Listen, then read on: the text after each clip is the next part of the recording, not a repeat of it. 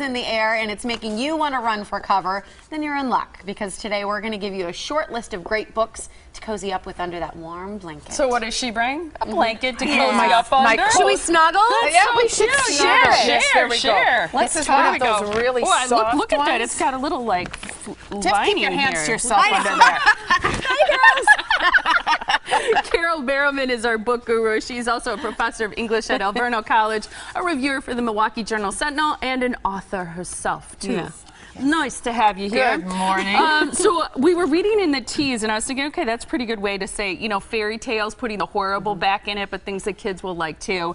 But you're talking about books that, you know, you're kind of fun to snuggle up with, Yes, right? and this first book that I picked, In a Glass Grimly, try to say that really fast. Yeah, right? Yeah. It is a retelling of fairy tales, but for a younger reader, like maybe 7, 8, 9, because the original fairy tales were really scary and horrible, like Cinderella's the stepsisters, they cut their toes off I know, to I'd try never to get heard them about into that until this. Oh yes, the original ones were really dark, very dark, and not really. Disney sort of softened them up for our kids. So this first book I love because you can sit down and read the stories together under a blanket with your kids. And in fact, my kids always loved fairy tales. We would always pick one and rewrite the ending and figure out, well, what would really happen to the wolf? And cute. And then you sort of make up your own. This writer's done that, and they're very fun. They're funny, but they are a little horrible. I mean, a little gory, but like appropriate. Jack falls down the hill and breaks open his head.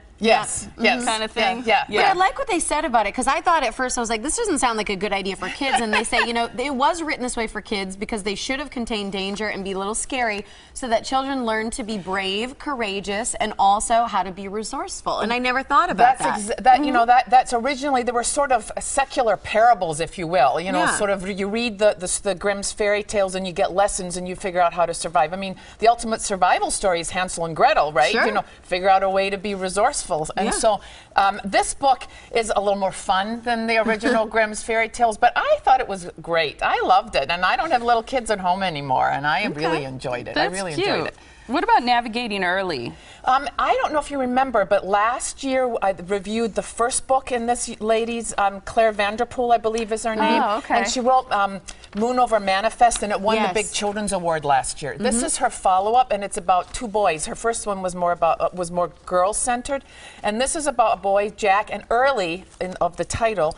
I think he's a character that probably it's set in World War II, so he's not said to have Asperger's, but I think that's what this young man has. He's a savant, very bright, and they're both at an orphanage, a boarding school, and they have some adventures together going in search of the great black Appalachian bear. Oh. Yes, it's really beautiful. She does amazing things with character, I think. Just amazing things for a children's book. They're very well developed, and it's a great adventure story. This doesn't sound like a children's title to me. Merciless. It's not. You would love this book. This character could be you if you played her in a film or a television show. She's kick butt, almost. I like She's, you know, sassy.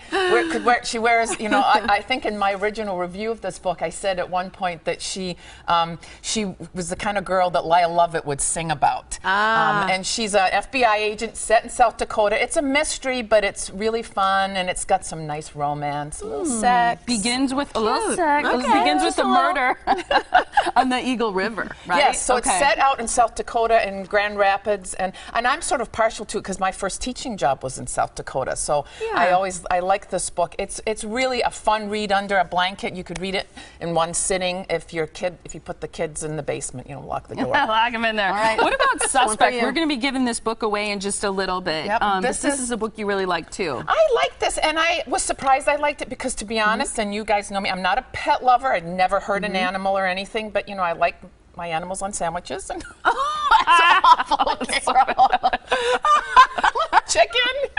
Okay, fair enough. Yeah, but anyway, so I saw the dog on this, and I'm like, I don't think but it's fabulous for a dog. person who's not a dog lover, I love this. Is the dog the main character? The dog is a character in this, and I'm really not. Is it written from the dog's perspective? There is 1 or 2 chapters that are from the dog's perspective, but you know me, I didn't think I was going to like this. This is great, and he's going to be in town next week. I love it when you're surprised by a book. I am. This I think totally that's cool. surprised and I me. think it's cool. Maggie, the dog, is a black and tan German Shepherd, you told us, and the partner is someone who's suffering from PTSD. Yes, yes. Okay.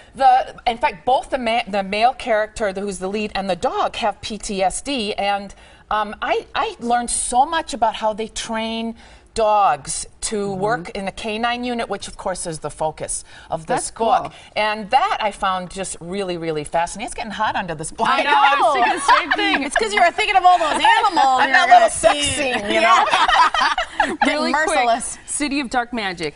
This is a book that is an adult fantasy set in Prague, and it's written by 2 women. Then this is their pseudonym. Magnus Flight is their pseudonym. It's a great adventure story, and I think anyone who likes fantasy and who liked sort of Harry Potter as a kid would love this. It's a great adult novel. A wicked funny. good read. Wicked good read. Very funny. People can check you out on your website. You're also on Facebook and Twitter. You write essays, reviews, and blogs at carolbarrelman.com. And don't set PETA on me or anything.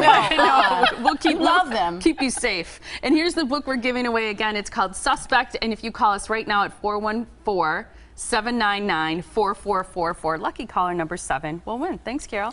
Thank you. Great to see you. Nice. You keep, oh, it's my favorite. Snuggle warm. Thank you.